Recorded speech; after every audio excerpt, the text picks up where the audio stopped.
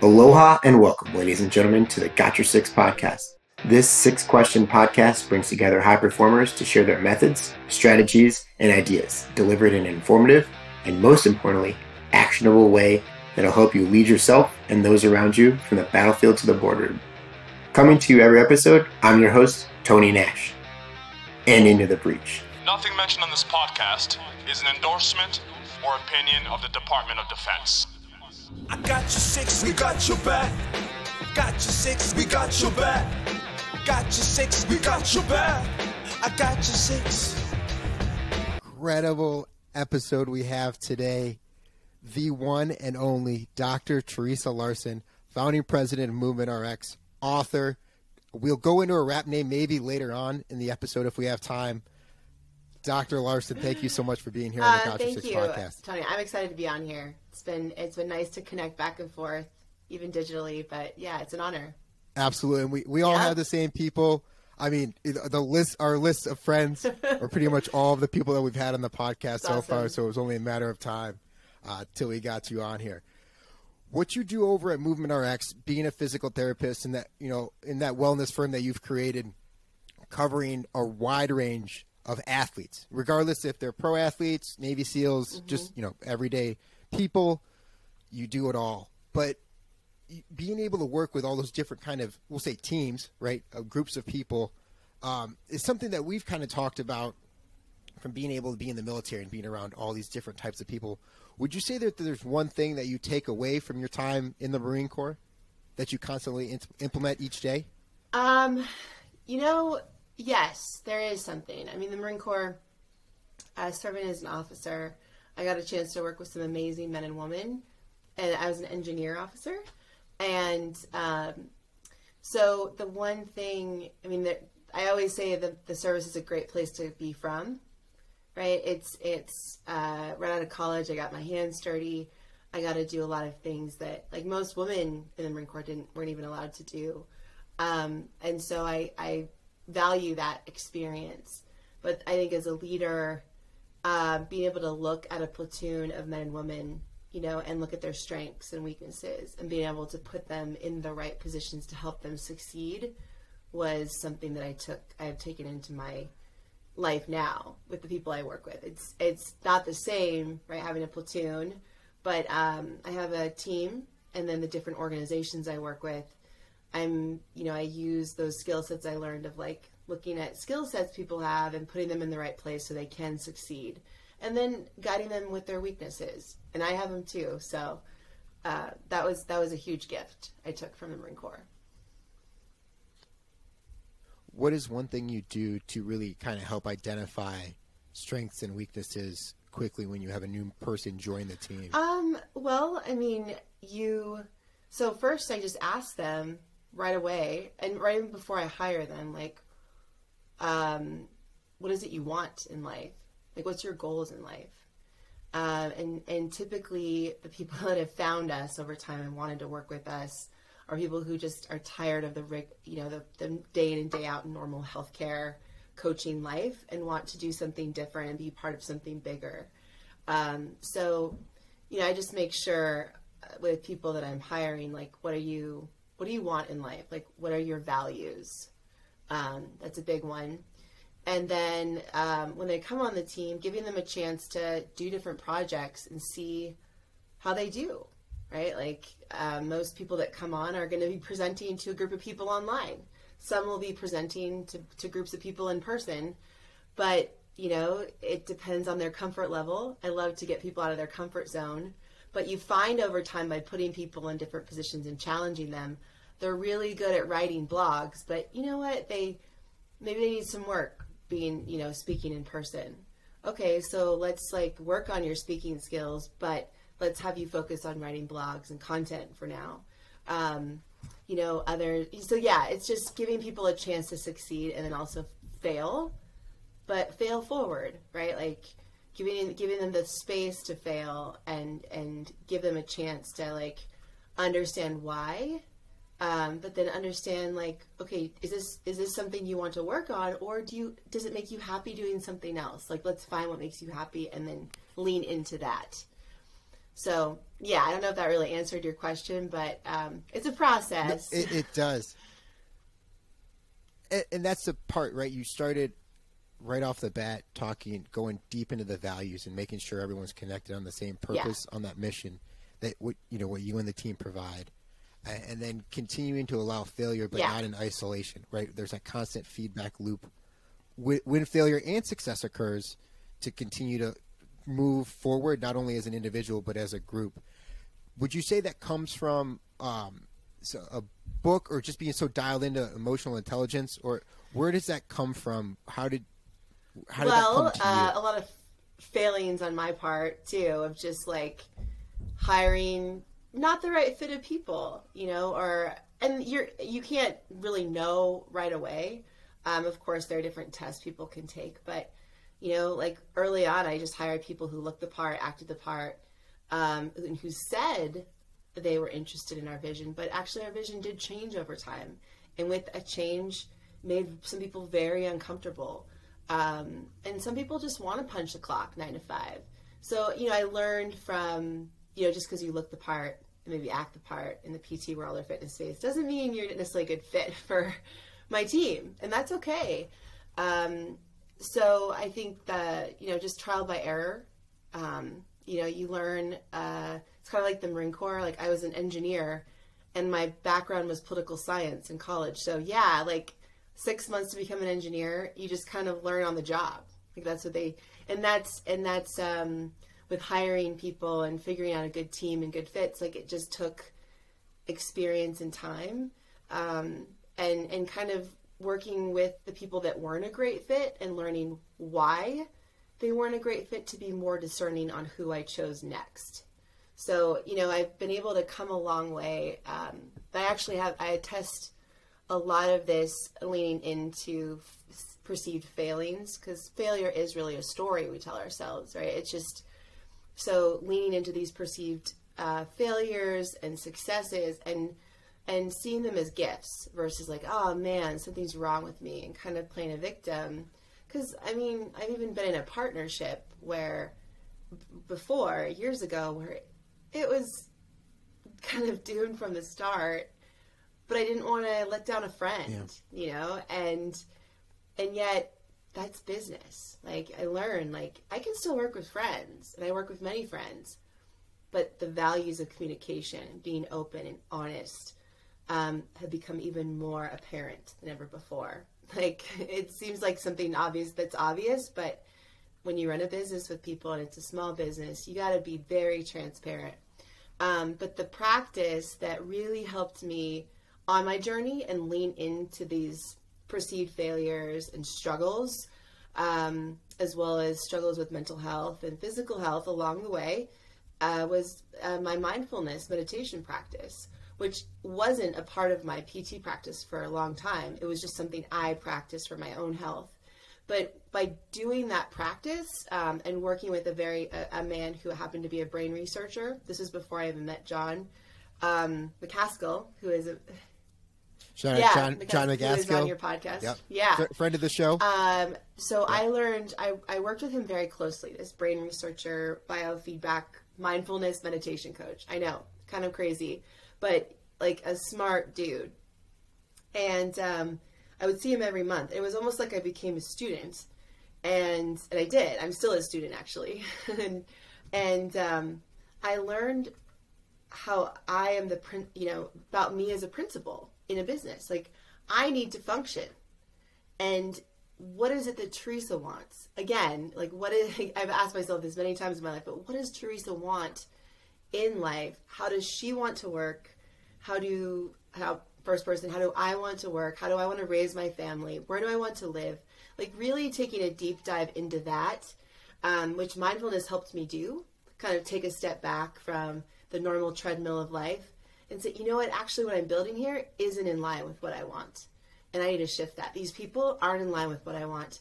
I need to shift that. As uncomfortable as that was, it was the best thing for me. And so now it's like, I don't know, every day I'm smiling at the people I get to work with and what I get to talk about and doing things like this, because it really has definitely not come easy, but I'm thankful to be sitting here talking about the growth of it all. And that's what's so incredible about being able to ask yourself those hard questions, is because it's not, a single time and you're good to go, but the more you ask, the more comfortable you are answering that question of what's best for you. And as you like you said, you worked on that, right? It didn't come as a natural ability. What are you working on now that, is really kind of taking you back and really forcing you to kind of focus in and hone, like, say, a talent or a skill in that mindfulness practice, or, within your business? Well, so now, now there comes a point in a business where, we still are a startup, technically with Movement Arcs. We have different contracts we're working on, but we're in the, what you call like a momentum phase. There's a point when every business kind of crosses a chasm, so to speak, and now more people are seeking you than you seeking them. So we're at that point, and it's a nice point to be, but I'll tell you what, it's been a lot of, I love the Rocky Balboa quote that John and I always talk about, like, life ain't no sunshine and rainbows, and it's not. Like, it's how hard can you get hit and keep moving forward. And so now, there's less, perceived rejection and more like, okay, I know who I need to talk to and how I need to negotiate, and what kind of company is the best fit, or what kind of individual do I think really resonates with my work. So now I'm very, now that I have that more dialed in of the audience and the who I need to go to in a company to talk to and whatnot, now my day is very structured and very focused. So I train and meditate typically before I transition actually to my kid time, which is usually like early afternoon to evening. But morning to early afternoon, it's like I have very structured times. I do different things. I'm very realistic about the times I can complete things. And that does taking a step back every day, and also once a week, big step back once a week to say, okay, what is my week like? What can I realistically accomplish? What is going to move the needle each and every day? And what can I realistically accomplish versus making a list of 75 things and like hoping I get 2 of them, right? It's not like that. It's like, okay, I've got 5 to 6 hours sometimes or less a day. How can I be efficient with those times? And yeah, I do work in the evenings sometimes because that's running your own business. I choose to be with my kids and be present to them, which means I, sometimes work when they go to bed. And that's okay because I do love what I do, but that time when they go to bed is also very structured. And so I found that through this work, now that I have the momentum, the mindfulness is very much, and the mindfulness, which is awareness for anyone that doesn't know, the awareness of like what I can actually accomplish each day and be realistic about it has been very helpful. And when I am doing the work, I'm very present with what I'm doing versus trying to like text and email and finish this project. It's like, finish this project, go to my phone for a period of time, do this. Like it's, I'm not multitasking. I'm monotasking, if you will. Yes. Doing less better. Yeah. I absolutely love that. What helps you stay so structured? Turning off all notifications? Like what does that look like for you when you're about to go in and do some deep work and really hone in on one thing? Honestly, I would say that the deepest part of this is that I have a purpose.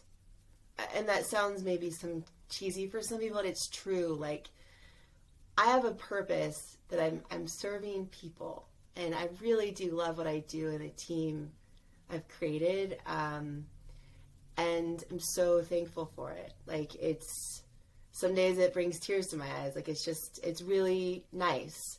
And so makes it easy for me to keep so structured, because I love serving the people and I love delivering the content I'm delivering. Not all of the meetings I'm in are very fun. Government meetings can be like a little dry, but it's still like just a little dry. Just a little bit. But yeah, it's that I have a purpose, and I'm fulfilling a purpose. And again, that purpose allows me to bring that energy to that work.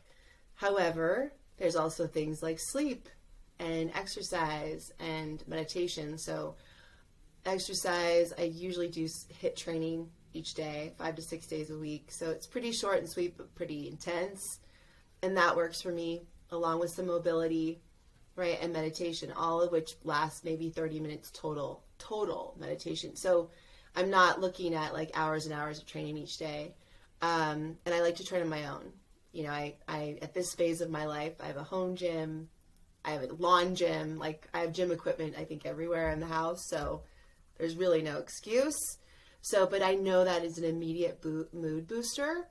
And then I also make sure I get 7.5 to 8 hours of sleep. Like that's really important. And the days I don't impact me and how efficient and effective I am. I mean, I have a toddler, so it's not like sleep is the most amazing all the time. So I know that there are some days I don't show up at 100%, but I'm going to show up, and I'm going to be honest about that. But yeah, sleep, the exercise, the meditation, and of course, fuel. I'm no dietitian, and I don't pretend to give nutrition advice, but I enjoy food, and I kind of follow an 80-20 rule. 80% of the time eat whole foods, and 20% of the time, you know, eat other foods that maybe not so wholesome, but in moderation. So, yeah. So really being on that purpose-driven mission has allowed you to just improve your life holistically across the board, because you know everything you're doing has a greater meaning behind it, and it's not just a one and done. Yeah. Right? No, it's and with business, I think for anyone out there listening and growing something, you never know who you're going to impact. So that's the thing. Like 3 years ago, the people I was connecting with, or years ago, the people I was connecting with have come back and said, hey, you know, I'm in a position now where I'd like to work with you, or hey, you know what, you share with me that you worked with this company. I'd like to see it. You know, just, you never know. Like, so I've kind of thrown out considerations and reasons why I shouldn't share what I do with people, because you never know who's listening. I love LinkedIn just from the audience that, you know, I get to connect with fellow veterans and service members and leaders. But I've, you know, put up my like movement antics and all this other stuff that I love that means a lot to me. But there's a couple government agencies and men and women who've seen it, and they're like, you know what, we really want you on our team. Like, let's talk about that. I had no idea, right? They were listening or looking. And that's what's special about it, is you really, really never know. And don't be afraid to like really connect with someone. Especially if it makes sense with your time, right? I mean, I'm not asking you to connect with everyone that wants to connect with you via social media, because it can be overwhelming. But, you know, you can pick and choose.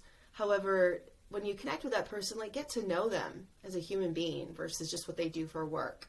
And then a friendship, people want to work with who they like and trust. So that's maybe a little good business tactic right there, is be someone people like and trust, right? Like, and when you live your purpose, it's kind of easy for actually people to like and trust you.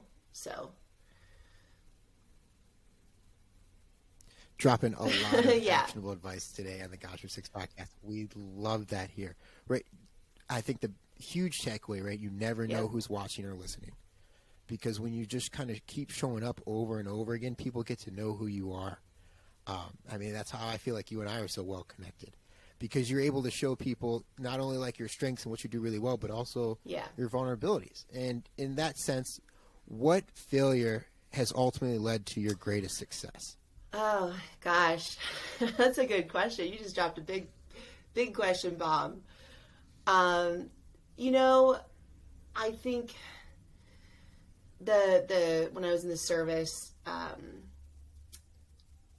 this was a big one, a big turning point for me, and there have been others since then. But as a human being, in the service, I struggled with an eating disorder, and no one knew. I was kind of like this fitness queen. I was always like big into fitness and looking the part and acting the part. And I know I was a good leader in the Marines, but I just really struggled mentally with my eating disorder and didn't want anyone to know. So I ended up deploying to Iraq, and there, because of the work I was doing, and, you know, of course my thought process was like, oh, deployment, like, oh, this is just an eating issue, like, this isn't a big deal, like, I'm gonna be fine. Deployment, wrong. Like, that it's an addiction like anything else. It wasn't fine, and I knew I needed help. So asking for help in the midst of all this kind of distress that was going on around me in the middle of war, where I was, you know, basically sharing with leaders who were kind of like, WTF, like, what's wrong with you? Was one of the hardest things I had to do. And to be honest, very embarrassing for me at the time, because I didn't know how to handle, like, I wanted to be this perfect Marine, right? And I was until, yeah. You had this image of who you were. And so asking for help was like a really important turning point in my life, because it wasn't like a downhill, you know, it wasn't downhill when I asked for help. It was always it was uphill. Kind of dealing with the rumors and the things that happened after that, and just healing. But it really made me tap into who I was and what does Theresa want to do? What makes Theresa happy? Despite what, you know, it's amazing. The world can, like Rocky Balboa said, can eat you up and spit you out. The moment I asked for help, it was like, I could do no wrong up until that point. And then all of a sudden it's, what's wrong with you? You know, like, and there's a lot of rumors spread that were false and just hurtful things, which I've forgiven, you know, those people, and even forgiven myself for for hurting myself.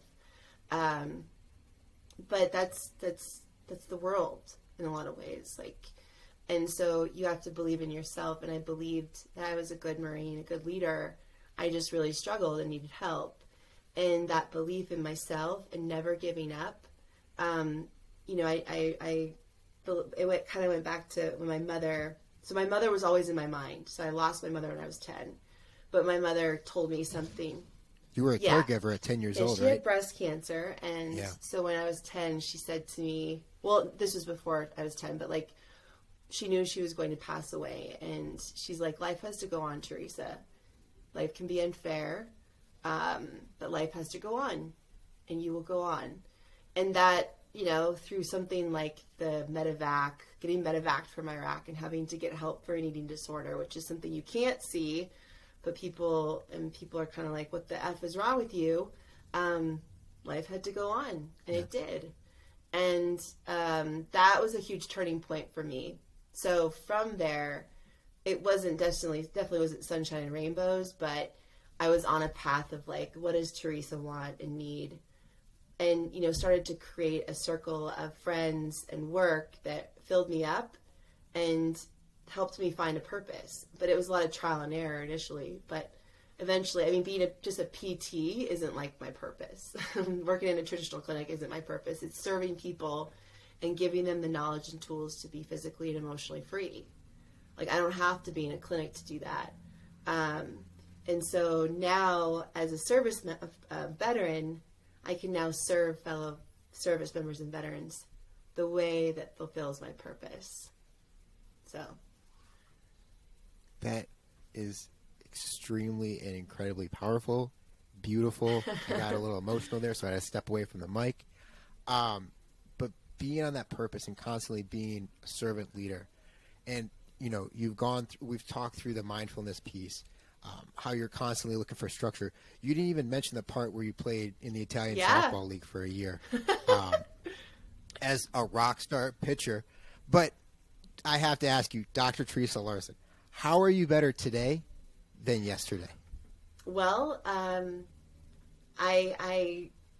think each day I become, I'm more present with life, to be honest. Like, each day I wake up, I'm more aware today of the gifts I have than yesterday.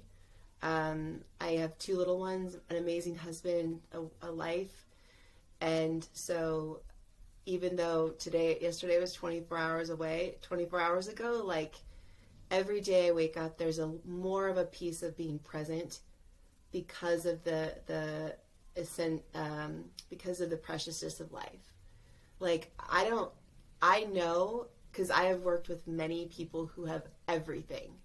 Like they are movie producers, they have billions of dollars, they run companies, and that fucking doesn't matter. What matters to them is the ability to be present with those they love, and to have that space and that quiet and that time with those they love. So I think each day when I wake up, I'm a little more aware of, this is the life I have, and I'm really grateful for it.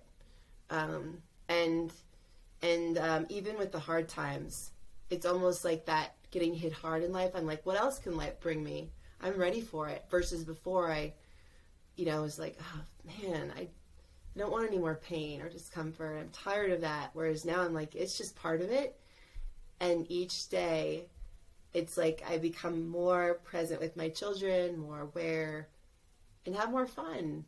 So, yeah. Just find that peace every day, and it's in there. Dr. Larson, thank you so much for your time, sharing your methods, your strategies. We got into your brain a little bit. Absolutely love that. Thank you. Where can people go to connect with you the best? I know you kind of mentioned LinkedIn. LinkedIn is a good social media platform. You can also go to movement-rx.com to look up like what we offer, as what my company offers. So John McCaskill and I, who's been on this podcast, we run a mindfulness and movement experience, which is movement-rx.com/experience. So you can always go there and see what we're up to. And then don't forget, there's also Warrior. There is my book, Warrior. Warrior True Strength. Is it always what it looks like from 2016 at HarperCollins? So I am not blonde anymore. I think the year after I published that thing, I just went back to my natural hair color. But it is me, like 6 years ago. And just a part of my story. I plan on writing another one, of course, because there's so much good juice from just running a business and all the craziness that has gone into that. So that'll be the next memoir. Stand by. But for now, it's Warrior 1, Warrior. And if you want to learn kind of about the journey of overcoming my eating disorder and finding this path now, this choosing wellness every day, you should check it out. It's on Amazon, or you can get it on Audible too. And we will make sure we link all of that in the show notes, where to connect with you, website, awesome. All of that. Dr. Larson, thank you so much for your time. And of course, thank you. Yeah, thank you so much. I got your 6. Thank you, Tony.